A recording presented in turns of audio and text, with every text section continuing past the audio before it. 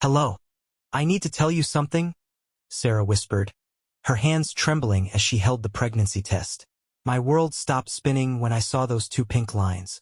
The timing was wrong. We hadn't done anything in over 2 months due to work stress and wedding planning. I'm Tyler, 32M, and this is how I discovered my fiancée Sarah, 28F, was carrying my brother's child. Started 3 months before our wedding. Sarah had been acting strange, constantly checking her phone and making excuses to leave the house. I noticed she'd been spending more time with my younger brother, Mason, 29M, claiming they were planning my surprise bachelor party. I trusted them both completely. Mason was my best man, and Sarah and I had been together for 5 years. The truth came out in pieces. That night, after showing me the test, Sarah broke down. She claimed it had to be mine, that the dates must be wrong. But I knew better. I pulled up my work travel records. I'd been in Seattle for 2 weeks during the only possible window of conception. When I confronted her with this fact, she tried to gaslight me, saying I must have forgotten a night we spent together. Tyler, baby, you were so stressed with work. Remember that night you came home early? We had wine, she pleaded, her mascara running down her cheeks. But I remembered every single day of that period clearly. The Anderson project had been crucial for my promotion, and I documented everything meticulously. I decided to play along, pretending to believe her while I dug deeper. The next day, I checked our shared iPad. She'd forgotten to log out of her messages. What I found made me physically sick. Hundreds of messages between her and Mason, going back months. Photos, plans to meet, detailed conversations about their encounters in our house, in our bed, while I was working overtime to pay for our dream wedding. But the most devastating message was from 3 days ago. Mason, I'm late. The test was positive. What are we going to do? Tyler will know it's not his. The response from my brother made my blood boil. We'll figure it out, babe. Maybe he'll be too excited about becoming a dad to do the math. And if he suspects something, we can always say it was a drunken mistake. He loves us both too much to walk away. They were wrong. Dead wrong. I'm not the type of man who forgives betrayal, especially not from the two people I trusted most in this world. And as I sat there, reading through their messages, a plan for revenge began forming in my mind. They thought they could manipulate me? They had no idea what was coming. The hardest part wasn't confronting Sarah or Mason individually. It was maintaining my composure during our weekly family dinner at my parents' house. Mom had always doted on Sarah, treating her like the daughter she never had. Dad considered Mason the family golden boy, despite his string of failed business ventures that I'd quietly bailed him out of over the years. That Sunday, I watched them perform their little act.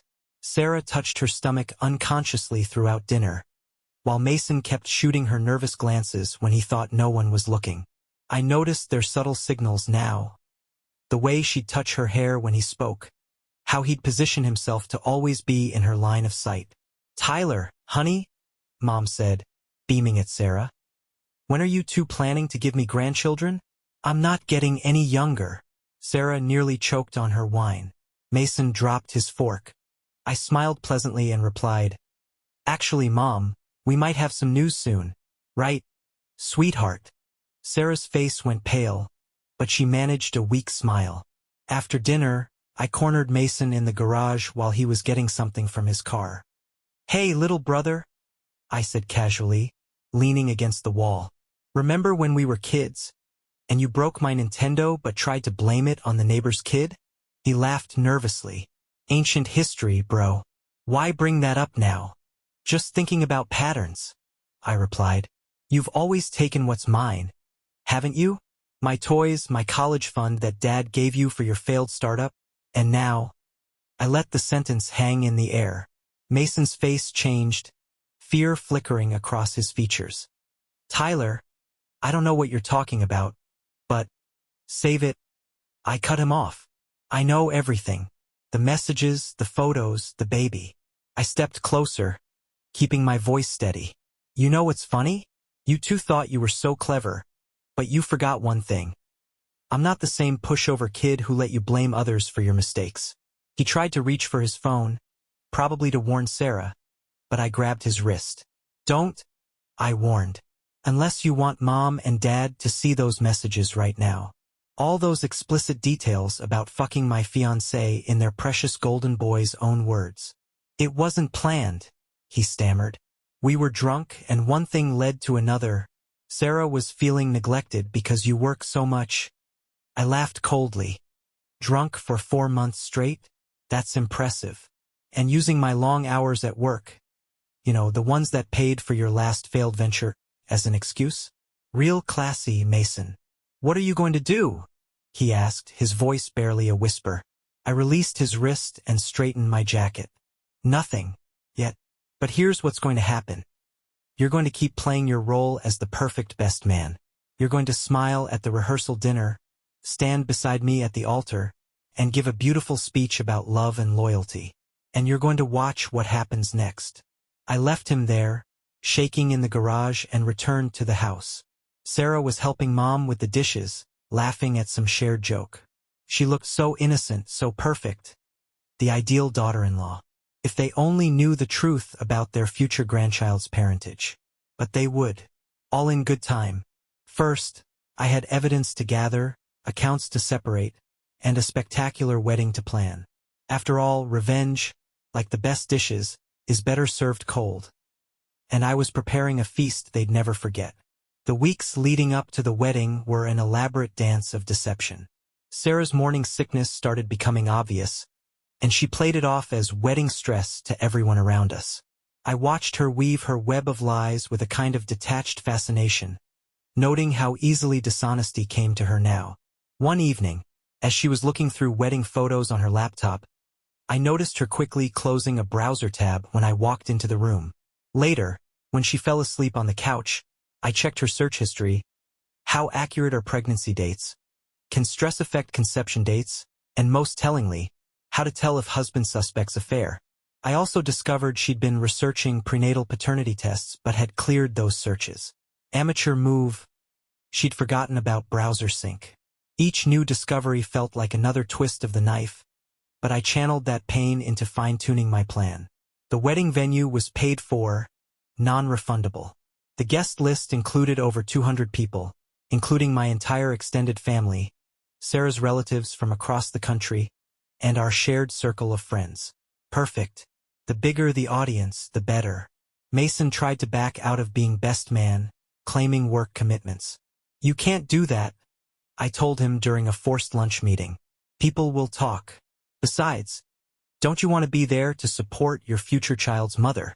He looked like he might throw up. Tyler, please. We can talk about this. Maybe we can find a way to work through it. You're my brother. Exactly, I replied, my voice steady. I'm your brother. Remember that when you're standing next to me at the altar, thinking about how you betrayed that brotherhood. Sarah grew increasingly nervous as the wedding approached. She started losing weight despite the pregnancy, and dark circles appeared under her eyes.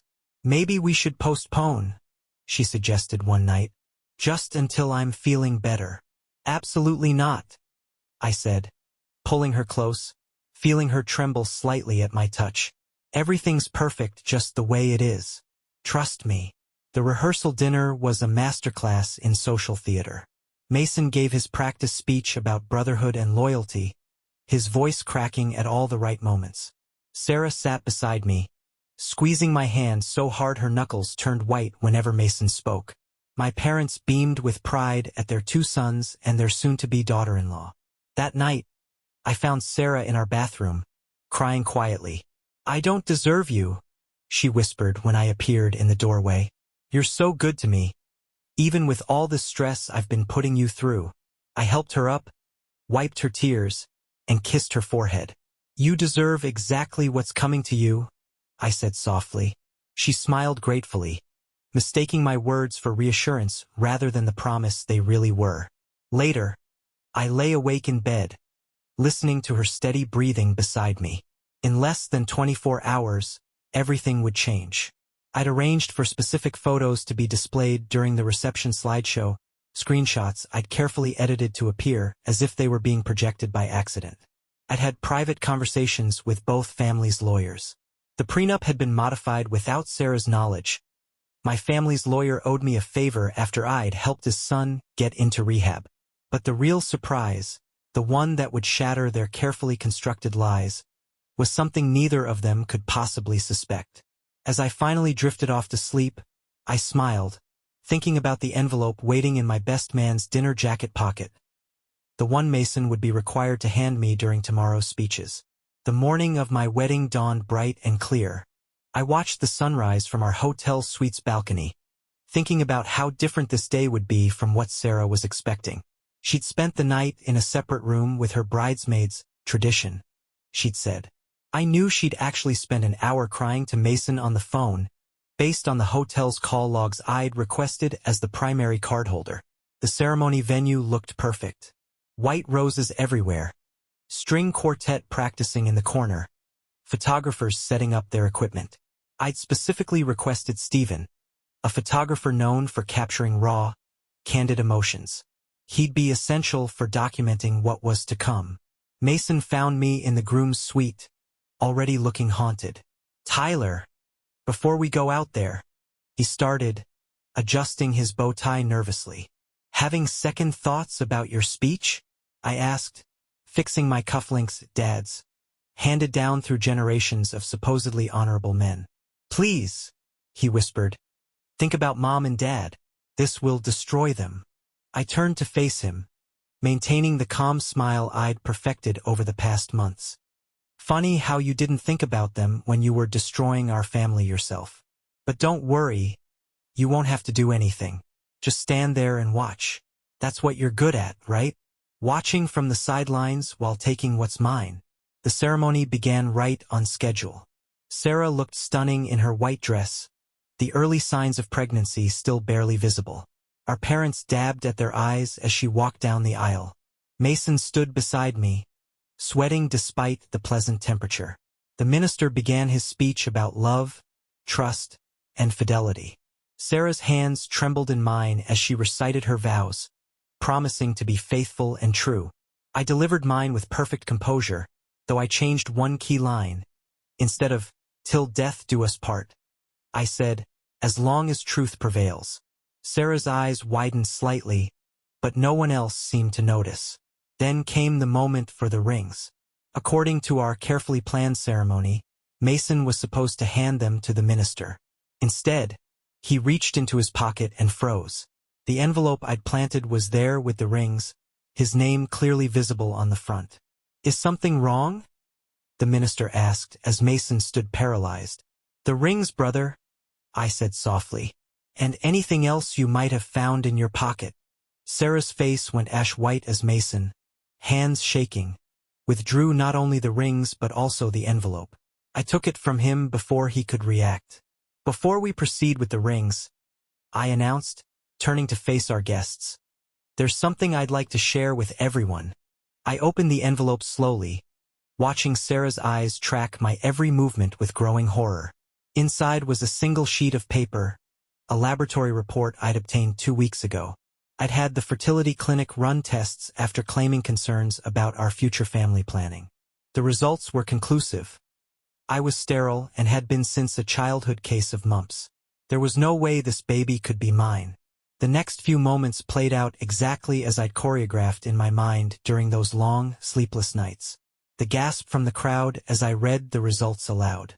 Sarah's mascara-stained tears as she collapsed into her maid of honor's arms. Mason's futile attempt to rush forward, stopped by our father's iron grip on his arm. But I wasn't done. I nodded to the wedding planner who started the reception slideshow prematurely, right there in the ceremony space. The first few photos were innocent enough. Sarah and me in happier times. Then came the screenshots of their messages, the hidden photos they'd shared, all carefully edited to appear as technical glitches in the presentation. The silence in the church was deafening as the evidence of their betrayal played out on the screen. Sarah had collapsed into a pew, her perfect white dress pooling around her like spilled milk. Mason stood frozen, our father's grip on his arm now more supportive than restraining as the older man struggled to process what he was seeing. "I know what you're all thinking," I said, my voice carrying clearly through the hushed space. "How could they do this?" But perhaps the better question is, how could I have been so blind? I turned to face Sarah directly. You told me once that love makes people do crazy things. I didn't understand then, but I do now. My mother had started crying softly, her shoulders shaking as my father tried to comfort her. Sarah's parents were in shock, her father's face turning an alarming shade of red, while her mother clutched her chest. Wedding program crumpled in her fist. The thing about crazy, though, I continued, maintaining the calm demeanor I'd practiced for months, is that it comes in many forms. There's the crazy that makes you sleep with your fiancé's brother. I gestured to the damning messages still displayed on the screen. And then there's the crazy that makes you wait, watch, and plan the perfect moment to reveal the truth. Mason finally found his voice. Tyler, please? No. I cut him off, my tone sharp enough to make him flinch. You don't get to speak now. You've done enough talking, in my house, in my bed, behind my back. Now it's my turn. I walked over to Sarah, who looked up at me with mascara-streaked cheeks. I want to thank you, actually, both of you. You taught me something valuable about trust and family. I removed my ring finger from my pocket, the one that was supposed to carry her wedding band, and placed it gently on the pew beside her. You taught me that sometimes the people closest to you are the ones you should trust the least. The wedding planner was hovering uncertainly by the door, clipboard clutched to her chest. I nodded to her. Please inform the reception venue they can donate the food to the local shelter. I've already arranged it with them. I turned back to the stunned assemblage. I apologize to everyone who traveled to be here today. The bar at the hotel is open, please drink on my tab. Consider it compensation for witnessing the end of not just a wedding, but an entire family's facade of perfection. Sarah reached for my hand, her fingers trembling. Tyler, we can explain. I stepped back, maintaining my distance. The explanation was in those messages I just showed everyone. The ones where you told my brother how exciting it was to deceive me, where you planned how to pass off his child as mine, where you laughed about using my long work hours I spent building a future for us, as an excuse for your affair. My father had finally released Mason, who slumped against a pillar, his carefully pressed suit now wrinkled and damp with sweat. Son, Dad started, but I held up my hand. I've already provided copies of everything to both families' lawyers. I announced to the room at large. The prenup has a morality clause that Sarah's actions have thoroughly violated. The house, the cars, the joint accounts, everything stays with me. Oh, and Mason. I turned to my brother one last time. The startup money you thought came from Dad? That was from me. I've already called in the loan. You have 30 days to repay it in full. I straightened my tie and began walking down the aisle, past the shocked faces of our guests, past the sobbing bridesmaids, past the life I thought I was going to have. At the door, I paused and turned back one final time. I hear parenthood is expensive these days, I said, my voice carrying in the silent church. I suggest you both start saving now. I have a feeling you're going to need it. With that, I walked out into the sunlight, leaving behind the sounds of chaos erupting in the church. My phone was already buzzing with messages and calls, but I switched it off without looking. The vintage Aston Martin that was supposed to take us to our reception was waiting, the just married sign gleaming in the afternoon light. I got in, nodded to the driver, and gave him the address of the private airfield where my packed bags and a chartered plane were waiting. Sometimes the best revenge isn't just exposing the truth. It's walking away and letting that truth destroy everything in its wake. As the car pulled away from the church, I didn't look back. I didn't need to. The image of their shattered faces would stay with me long enough to make the pain of betrayal worth every second of waiting for this perfect moment of revenge. Thank you for listening the story to the end. Write your thoughts about it in the comments and do not forget to subscribe. See you in the next videos. Bye.